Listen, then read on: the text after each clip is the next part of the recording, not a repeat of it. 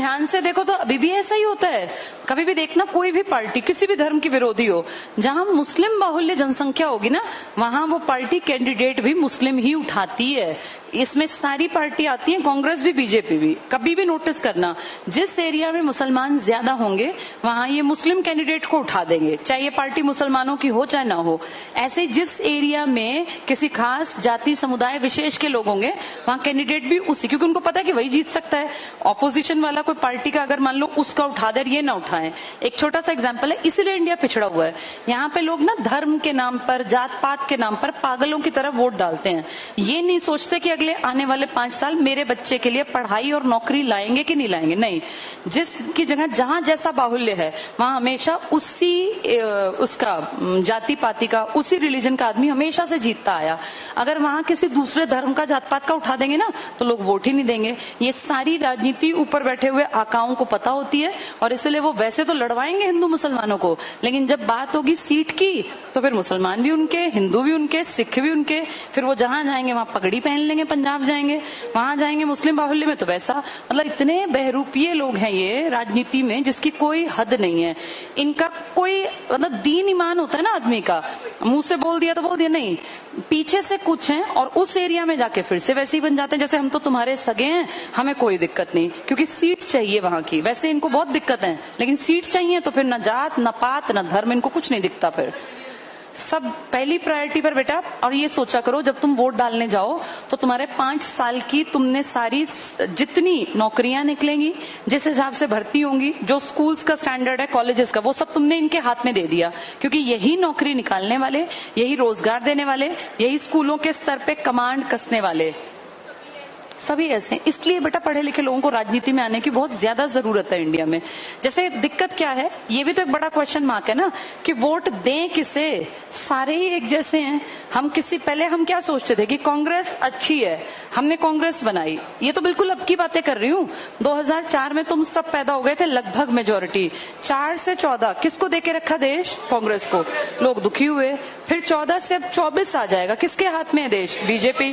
लेकिन जब इलेक्शन आएंगे ना तो इनकी वही पुरानी बातें होंगी, बोफोर्स की बातें उठेंगी, राम मंदिर की बातें उठेंगी, इस तरह की बातें जिसमें धर्म की बात होगी, भ्रष्टाचार एक दूसरे का बाहर निकालेंगे। इनमें से कोई नहीं कहेगा कि मुझे बना दो, मैं स्कूल कॉलेज अस्पताल सुधार दूंगा, मैं गारंटी लेता हूं कि मैं लोगों को रोजगार के अवसर दूंगा, चाहे मुझे विदेशियों से कुछ भी कोलैबोरेशन करना पड़े या कुछ भी करना पड़े। अब हम दुनिया में नंबर 1 आबादी लेके बैठे हैं, नंबर 1 रोजगार भी देना चाहिए, तभी लोगों का पेट भरेगा। नहीं तो पता है क्या होगा, जितने लोग बेरोजगार है ना बेटा, भूखा कोई मर नहीं सकता, वो छीन के खाएगा। इंसान की देखा नहीं जानवरों में क्या होता है, अगर जानवर सारे भूखे हों और कोई मांस का लोथड़ा वहां गिरा दे तो एक दूसरे से लड़ते हैं, उसको छीनते हैं। यही रोटी का हाल है बेटा। अगर टाइम पे लोगों को पढ़ाई लिखाई नहीं मिलेगी, रोजगार नहीं मिलेगा, तो ये सीधी बात है कि सोसाइटी में क्राइम बढ़ेगा। भूखा कोई मर नहीं सकता ना, वो क्राइम करेंगे। आप कितनी बार वीडियोस नहीं देखते, स्कूटी पे 2 लड़के आए, मैंने ऐसे, मुझे अचंभा हुआ, दिन दहाड़े 2 लड़के स्कूटी पे आए और जैसे बाहर पंसारी टाइप की दुकान थी, उसने आटे वाटे के कट्टे वट्टे रखे हुए थे, दोनों में से एक उतरा, कट्टा बाहर से, जैसे आदमी दुकान के बाहर नहीं कट्टे वट्टे लगा देता, कट्टा उठा के रखा, दोनों चले गए, वो बाहर भागता गया पीछे। अब थोड़ी ना पकड़े जाने हैं। तुम सोचो आटा चुराना पड़ रहा है, और किसको? जिसके पास स्कूटी है। इसका मतलब हालात कितने बदतर हो गए कि घर में हो सकता है कोई नौकरी रही हो जो छूट गई हो, आदमी आटा भी चुराने का मजबूर है। और वो जवान लड़के, देखो बुढ़ा आदमी नहीं था वो, जवान लड़कों को सही क्या होना चाहिए डायरेक्शन, पढ़े लिखे और रोजगार करे। रोजगार नहीं मिल रहा, आटा चुराने का मतलब है वो पेट भरने के लिए चोरी थी, वो कोई ऐसी चोरी नहीं थी कि वो अमीर बनने के लिए। इससे नीचा और कोई क्या कर सकता है, और इससे ज्यादा नीचाई पे आदमी क्या गिर सकता है बेचारा कि वो गलत रास्ता पकड़े। मुझे ऐसा लगता है पर्सनली कोई गलत बनना नहीं चाहता होगा, हर आदमी को अच्छा लगता है मैं सुबह उठूं, नहाऊं धोऊं, मेरा एक दफ्तर हो, मैं वहां जाऊं, मैं लोगों से मिलूं जुलूं, मेरा जन्मदिन है तो पार्टी मनाई जाए, ऑफिस में मैं भी पार्टी दूं, मुझे भी मजे आए। जैसे एक अच्छी लाइफ यही होती है जिसमें आप सुबह उठ के नहा धो के कहीं जाएं, पैसा कमा के लाएं। ये लाइफ अच्छी नहीं होती कि आप सुबह उठ के प्लानिंग करें कि आज कौन सा कट्टा उठाना है, कहां से जो है दारू की बोतल का इंतजाम होगा। ये तो घटियापन है ना। और इसके लिए सिर्फ युवा जिम्मेदार नहीं है बेटा। बातचीत नहीं करो पीछे वाले, सुन लो। ये एडवांस बैच वाले आ गए क्या? ये एडवांस बैच के हैं, नीचे वाले बैच से। बेटा देखो, तुम नीचे से अगर आते हो पढ़ने तो पढ़ लिया करो, क्यों डिस्टर्ब कर रहे हो सबको? अब ध्यान से सुनो, अब बात नहीं करनी। और अगर तुम्हारा सिलेबस हो गया तो नीचे वाली क्लास ले लिया करो, फिर ऊपर नहीं आया करो, है ना। यहाँ आओ तो सुनो, सीख लो। चलो बेटा, तो हम बात कर रहे थे जात पे, धर्म पे वोट नहीं डालना चाहिए। तुम्हें अकल आएगी ना ये, जैसे हमारे पेरेंट्स के टाइम तक लोगों में समझ नहीं थी, अब तुम्हारे दिमाग में क्वेश्चन मार्क होना चाहिए। मुझे क्या फर्क पड़ता है, तुम्हें क्या फर्क पड़ता है, मस्जिद मंदिर बने, अच्छी बात है, बनाओ। धर्म भी इंपॉर्टेंट है, धर्म इंसान को सीधे रास्ते पे चलना सिखाता है, लेकिन धर्म प्रायोरिटी नहीं है। प्रायोरिटी है पढ़ाई लिखाई, साइंस के ऊपर काम करो, मैथ्स के ऊपर काम करो, दिमाग के स्तर को इतना बढ़ा दो कि लोग अंधविश्वास से अलग हट जाएं, पाखंड से दूर हटे, पढ़े लिखे काबिल बने, नौकरी करें, बिजनेस करें, पैसा कमाएं और अपनी भी लाइफ अच्छी बनाएं और सोसाइटी में भी योगदान दें, ना कि कहीं से आटे का कट्टा उठा के चलें या किसी की चेन छीन के चलें। ये तो क्राइम है ना, सीधा सीधा। और क्राइम मर्जी से कोई करना नहीं चाहता, मजबूरी करवाती है। ये जो नशे का लगातार आदी बनता जा रहा है इंसान, इतना बुरा हाल है। जैसे तुम्हें अगर लगता हो कि सरकार के हाथ में नहीं है तो ये गलत है बेटा। सरकार के सब कुछ हाथ में है, सरकार कुछ भी कर सकती है।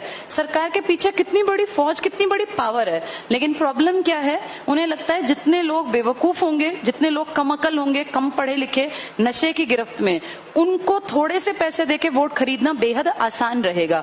लोग पढ़े लिखे एक्टिव हैं तो क्वेश्चन नहीं करेंगे वो कि आपने 5 सालों में कितने रोजगार दिए, कितने स्कूल कॉलेज बने, कितनी यूनिवर्सिटी बनी, कितने अस्पताल बने। हमारे गांव की ये रोड पिछले 5 साल से एक बार नहीं बनी, और बनी तो एक बारिश में टूट गई, इसका जिम्मेदार कौन? जब ये क्वेश्चंस उठेंगे ना, तब इनको लगेगा कि हाँ। लेकिन ऐसे क्वेश्चंस उठाने के लिए युवा वर्ग चाहिए, और युवाओं को तो कितनी आसानी से नशे और ड्रग्स की तरफ ये लेते जा रहे हैं, आपको पता भी नहीं चल रहा। पहले नशा ना इतना इजीली अवेलेबल नहीं था। हम मूवीज में सुनते थे कि ड्रग्स पकड़ी गई, तो हमें लगता था ये कुछ अलग चीज होती है, पता नहीं कहाँ। लेकिन अब आप देखो, गली मोहल्ले नुक्कड़ में इतना बुरा हाल है। मेरी बड़ी सिस्टर हैं, दिल्ली के गवर्नमेंट स्कूल में टीजीटी इंग्लिश है वो, तो मुझे बता रही थी कि स्कूल में, लड़कियों का स्कूल है वो, दिल्ली में मोती नगर के आसपास था। गई थी लड़की ना, एक लड़की, 2-3 लड़कियां ऐसे ना पूरा दिन सोई सोई रहती हैं। तो जैसे एक बच्चा, ठीक है भाई, एक दिन हो सकता है ना नींद पूरी, सो गया, मतलब लगातार वो नए स्कूल में शिफ्ट हुई जब, कि वो लगातार सोई सोई रहती। तो मेरी सिस्टर ने उसको उठाया, पूछा भाई ऐसे नींद कैसे आती रहती है हर टाइम? तो उसकी माता जी को बुलाया गया, उसकी माँ ने आके बताया कि हम जहाँ किराए पे रहते, झुग्गी बस्तियों में रहते होंगे, हम जहाँ किराए पे रहते हैं वहाँ नीचे एक दुकान है, वहाँ 10 रुपए का एक मंजन बिकता है, उसको मंजन कह रही थी वो, एक पैकेट, उसका नाम है गुल। नाम देखो, गुल मतलब बत्ती गुल। और उसको वो एक उंगली जितना ऐसे थोड़ा सा एक पेस्ट सा आता है, उसको वो मुंह में ऐसे लगा के और बस फिर वो अपना पूरा दिन सोते हैं। ये सीधी सीधी ड्रग्स हैं, ये नशा जो बिक रहा है ना सस्ता 10 रुपए का। अब तुम सोचो ये लड़कियों तक पहुंच गया, क्योंकि नीचे दुकान पे बिकता है। उसकी माँ को फिर मेरी सिस्टर ने उसकी